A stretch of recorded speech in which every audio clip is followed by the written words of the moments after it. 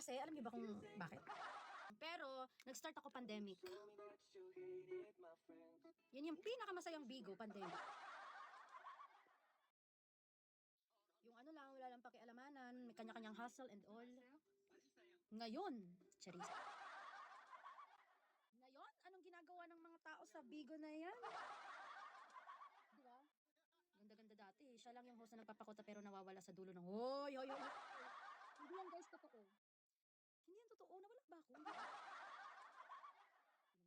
Akalain mo aabot ng 1 box. Hindi nga ni umabot. Akalain mo, hindi pala umabot. No? Akala ko kasi abot eh. Dapat guys, wala tayong issue ngayon. Let the Charis. Dapat puro lang positive vibes. Diba? Pandemic din ako nag-start dito kaya alam ko nakita na kita dati pa. Oo. Baka kasi hindi mo ako matandaan kasi dati sobrang payat ko pala. Nung pandemic, payat ako nung nag-live. As in. Tapos nung mga kalauna na, nung patagal na ako ng patagal, tumaba na ako. Ngayon pumayat naman ulit ako. Ano mas bet mo, yung sa lalaki pogi lang o may permanent work?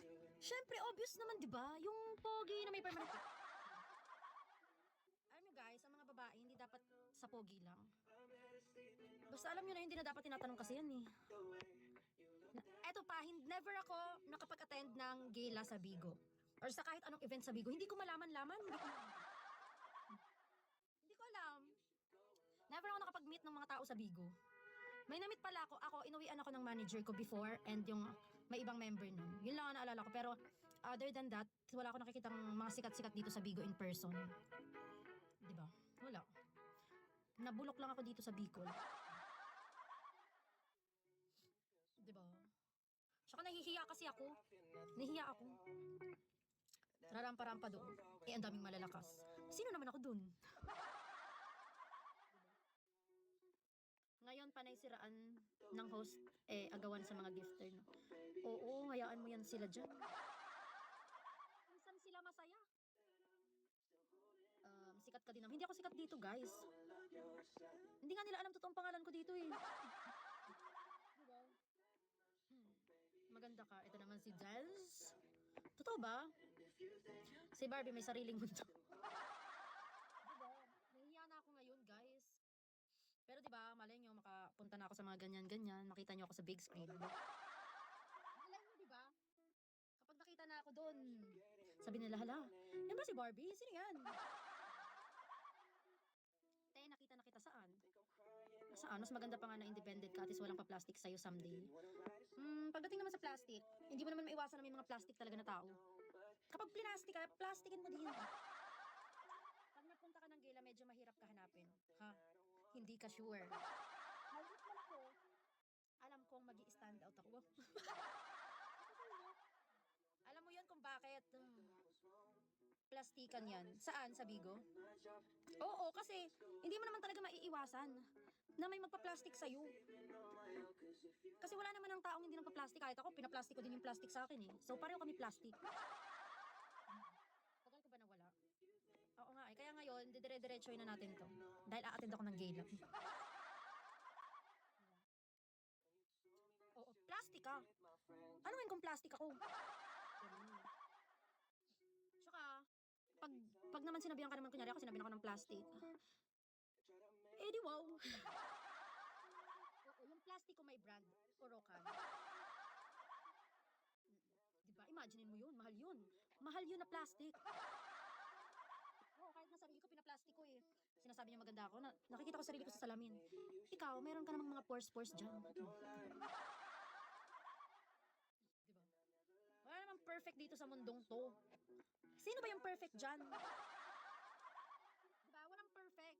Kung may naman plastic sa'yo, magplastikan tayong dalawa dito.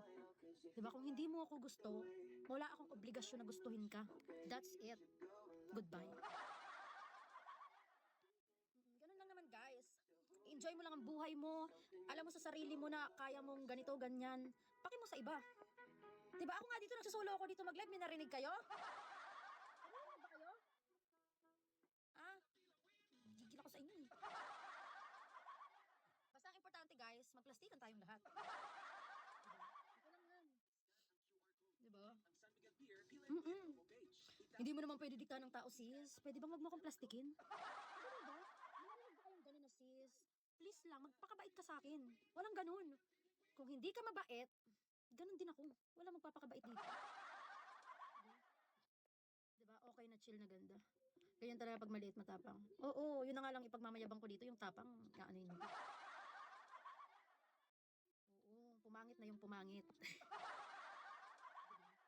Hindi mo hindi mo pwedeng diktahan kung ano ang mga bagay na pwedeng gawin sa'yo ng iba. Ang magagawa mo lang, just accept it, move on, let it be, 'di ba? Enjoy the world. See? Let's enjoy everyone, let's party. Diba? Gigil ako eh. Ako naman guys, prangka kasi ako guys. Ayoko yung plastic. Diba? Pero marunong naman ako marunong ako isa lugar yung ugali ko. Yun yun. Yung lugari? Yung ugali ko guys, nakapwesto lang sa Albay. Ayun, kasi yung lugar ko nakapay. Mas maganda na yung ganun kaysa namang, be, you're so ganda naman. Tapos pa nagtalikod, tsaka-tsaka naman yun. Diba? Mas okay lang sabihan mo kung harap-harapan na pangit ako sa paningin mo. Kaysa sasabihan mo kung maganda ako, tapos pagtalikod mo, sasabihan mo ko, ang dami kong pores. Kung sabihin mo. Sabi, nagluluto ka rin ba? Uy, hindi lang marunong. Isa yan sa talent ko magluto. Kasi 'di ba dapat hindi lang ako masarap, dapat yung ginagawa ko pinapasarap ko din. Mm. Ang payo ko lang guys, mag-enjoy lang kayo dito sa Vigo. Kung bastos ka, mambastos ka, bahala ka sa buhay mo. Kare-kare, sabi ko sa inyo, pag nalasahan nyo ang kare-kare ko, mapupurga kayo sa, alam nyo kung ano nakakapurga doon? Peanut butter. Oo. Pero kasi, kami naman, pag nagluluto naman kami, hindi mawawala yung sili. Ewan ko kung may ibang hindi, pero ako, kaya kong papakin yung sili. Diba? Sili is everything. Ito naman si Dens, parang peanut. Butter nga yun. May butter, di ba? Inuubos ko yung peanut butter, nilalagay, pang, ganun. Huwag kukunin sa Viva Max. Kung kukunin ka, eto na nga yung may kumukuha nga sa akin sa Viva Max. May tao doon na kumukuha sa akin, inaano niya ako, ini-endorse niya ako na eto nga yan, ganito, ganito. Hindi ko kaya, may plaster. Hindi ko kaya. Baka mamaya yun na yung pagiging ano ng buhay ko makalat. Oh, hindi ko kaya.